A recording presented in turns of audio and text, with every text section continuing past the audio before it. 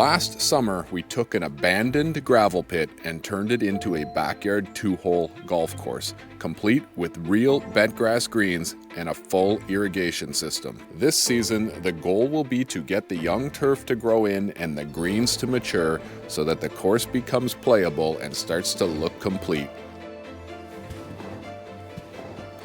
Whoa, it has been a long and snowy winter. There's a lot of snow here. That is a golf club and it is down to there. So we have at least 2 feet of snow everywhere on the golf course. It is early March, believe it or not. Spring is just around the corner, but we've had a lot of snow this year. We got snow in early December. We did get a melt by the end of December and the greens got mostly exposed.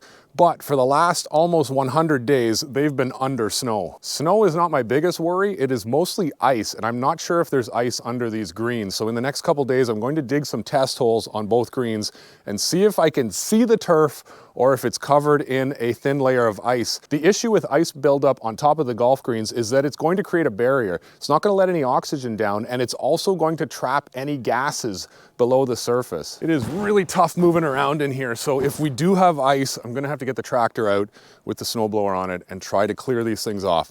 I'm hoping there's no ice, but we're gonna find out here soon. We have had some warmer weather the last few days and definitely lost some snow here, and the long range forecast looks even warmer. So I think now is the time to check out these greens. That is not what I wanted to see. There is a lot of ice on that green. You can see the turf through there. I can see the bent grass. There's a ½ inch of solid ice on this golf green. I'm very glad I checked. I was actually not even gonna do this step. I was just gonna wait it out, let everything melt off here. But I did such a good job last year on these greens. They looked awesome by the freeze up. I really don't wanna lose anything here after working so hard. So I'm gonna try to get down to that green, probably need some snowshoes. And we'll check that one out, but I'm gonna guess that one's iced up too. It will be interesting to see how that Kentucky Bluegrass survived the winter, if it did survive the winter. I seeded this place so late in the year. We had great weather, but I was pushing it. That grass only got up maybe 3/4 of an inch before the deep freeze came. We'll see how much snow is on this one. See how bad this is. Yeah, we got ice. That is a lot of snow considering we lost a bunch already in the melt. It is all layered snow. There's a lot of ice in there. Ice pellets, freezing rain, a lot of layers here. So probably a very smothering snow to this golf green, especially with this ice on top. I've got the same amount of ice here, probably that much. Like there's probably 3/4 of an inch of ice, which is absolutely crazy. I would not have thought that would be that bad. So now the worry is if I don't get this ice layer off, the time is ticking on the health of this bent grass. However, the worry also is bringing in a big, giant, heavy tractor and you're kind of going blind in this snow and not ripping up the green. That green is very young. It's only 2 months old, so it is by no means tight and firm on top. So I really don't want to damage the green, but at the same time, I've got to get this snow off so that we can open up this ice layer to the sun. On a couple warm days, that dark green I can see through the ice, that sun will heat that ice up and melt it. Well, I guess that is the next step now, figuring out how to get a tractor in here and cleaning off these greens.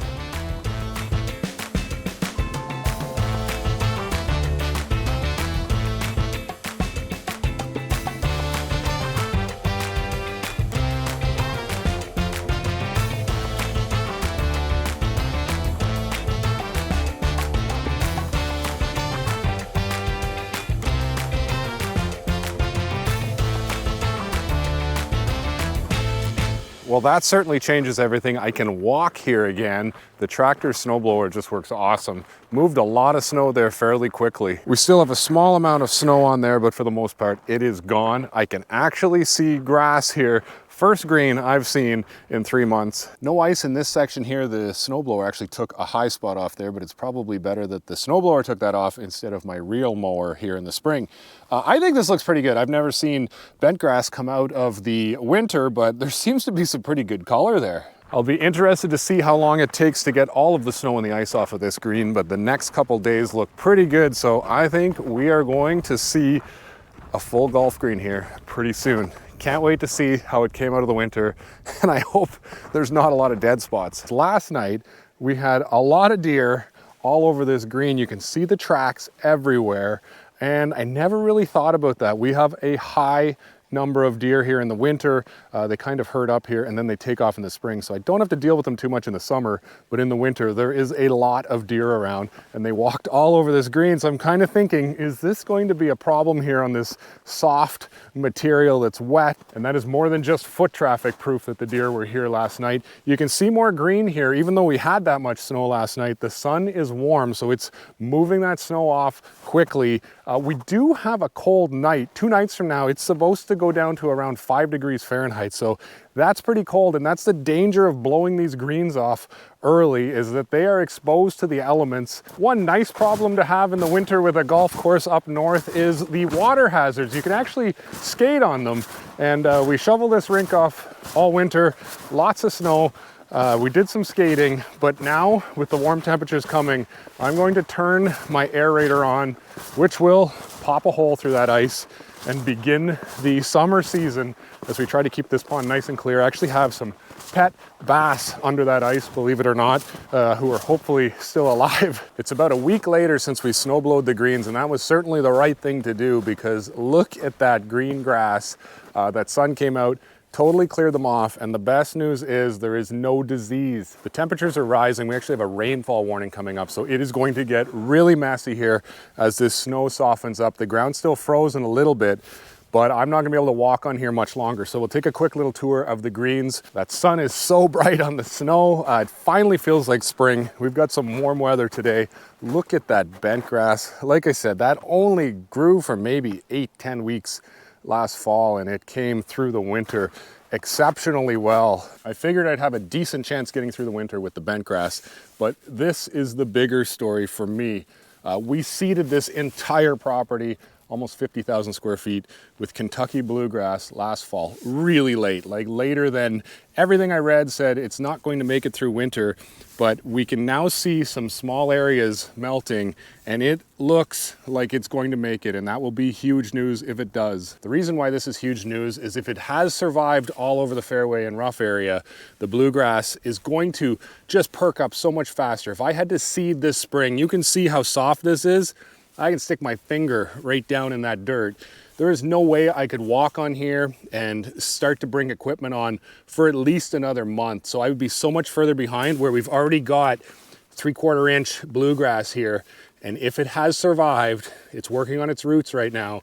And as the soil warms up, it should really jump to life. I realize this bluegrass is fairly thin. It is not award-winning at this point, and you're probably thinking I'm crazy looking at it, but this is a huge step to have that much grass germinated and surviving. I've got grass every square inch. There's a piece of grass every square inch, and honestly, for Kentucky bluegrass, that is all I need. When I start to push it now with fertilizer in the spring, mow it often and mow it short, I'm hoping to push that spread, and this is just a huge positive to be able to get that grass seed from the fall to survive. You can see the color change and the strong, deep, dark green color of the bluegrass versus the bent grass. The greens look good. It's just a lighter form of green, where this Kentucky bluegrass in this nice rich soil that I got my hands on, does it ever look good?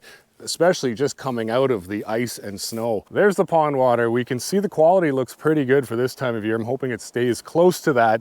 That solar powered aerator has been on for about a week. And when that air is warm, it takes it through the compressor and releases it at the bottom of the pond. And then that comes up, and it is surprising how quick it can cut through almost 2 feet of ice. As we cut across country down the fairway, there's still at least a foot of snow despite all of the melting that we've had. Looking pretty good, some light and some dark areas for sure. I'm sure that's fairly normal as you come through winter with very, very young bent grass. But overall, super happy. Cannot believe we're this far along. I thought I would be months behind really from where I started, but this is half established now. I think once it kicks into high gear and starts to grow, we're going to start to really close this in and tighten this up. There's definitely going to be some light spots. Like, this is not anywhere near where I need it to be. I'd like to play golf this year here. That's a big push. I do have a game plan together to try and fill this fairway in quicker. That bluegrass is going to take some time, so I'm going to use some ryegrass. I can't keep ryegrass long term here. At some point in a couple years, a cold winter, it's going to kill my ryegrass, but it grows quickly, looks good for the summer. So I think I'm going to overseed with that fairly heavily, with a little bit more bluegrass in there too. And I'm hoping we can swing a club here in a couple months. Now we've got some nice weather here, not a lot of snow left. Thankfully, it's disappearing, some white patches out there, but the big story is the green. Our grass seed survived the winter. I'm not sure how well you can see it on camera because the grass is rather short, but we have an even coverage of a green haze out there, and that is just awesome. I had to check back on my phone photos to make sure I got the date right, but I seeded this grass seed October 15th last year, which, going by the book, was at least a month to 5 weeks later than I read. I've learned over the years, don't doubt nature. This grass seed has one job, and that is to survive. So that was my plan and gamble, just getting a head start on this. I really think when I see this now, that if I push it this spring and summer with fertilizer, we can get this thing playable. I didn't want to lose the whole year where we just had topsoil and patchy grass all over the place. I want to make this playable. Look at the tracks here, deer damage. The deer came through here, I guess, last night. And that is the problem. This topsoil, it's heavy, it's rich. We did those soil tests last year. Super awesome topsoil. It holds a lot of water, which is great for irrigation and not having to irrigate that much. But this was my worry in the spring. It takes a long time to dry it out to the point where I can get on it. The water's really high, and that is why I did that sod last year. We came in here and laid all this sod down. I think this water's gonna come up even higher. There's no way I can walk and work on that soil for the next month or two. But thankfully we got that area cleaned up last fall when it was very dry. We did get a very rare late October thunderstorm up here. We had such great weather. We got a thunderstorm after I seeded, and look at this. All of the bluegrass has kind of washed down in this area. Like, this looks like 2 or 3 year old turf. It is so thick. All my seed kind of sat here, got caught in the berm, and that seed would have came down from over there. So I will be definitely overseeding. I'll try and get a close-up view of this golf green. Looks pretty good from here. There will be a time here soon where I can't get very close to it because I have to walk on this snow and ice. Everywhere else is just super muddy topsoil. I came out this weekend, we had a lot of ice and some rain, and I wiped out on the ice. Thankfully, we got it on camera. The house cameras picked that up. I'm still sore on my left side, getting too old to fall that hard here. I think that's how a healthy looking golf green is supposed to look coming out of a long, cold winter, but I honestly don't know. I'm not lying to you. I've never worked at a golf course before. I am not a professional landscaper. I just kind of did this thing, making it up as I go. So I have no experience with golf greens coming out of the winter. I'm just gonna leave it. The soil is cold. We'll do a temperature check on the soil next, but there's going to be no growth really on any of this turf grass for a while because the soil is just super cold.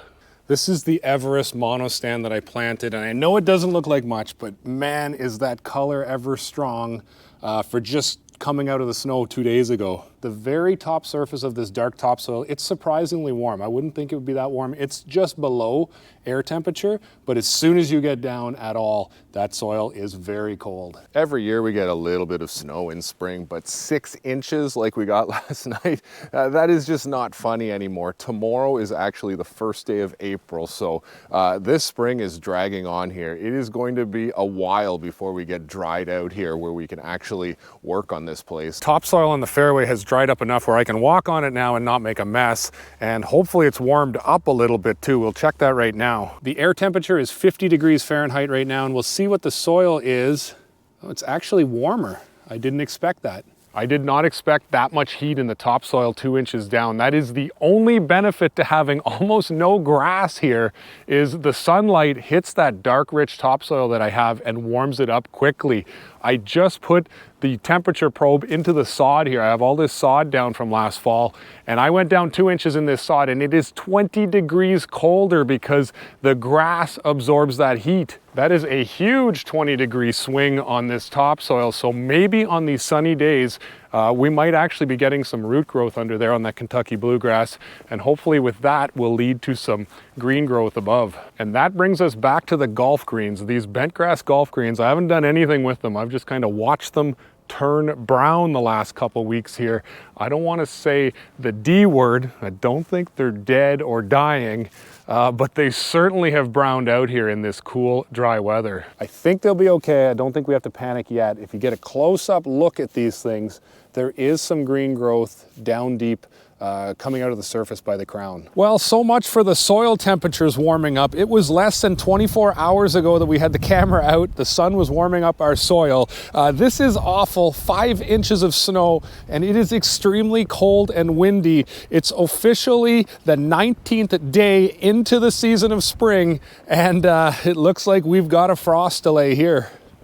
And here we are back. This is almost live. You should see this video within 24 to 48 hours. I have been so far behind, and I apologize for that. Last fall, I put my head down and tried to just build a golf course here somehow. I set the camera up and just worked. And then this winter, I had to sift through all that video, try to do some decent editing to make it an enjoyable watch.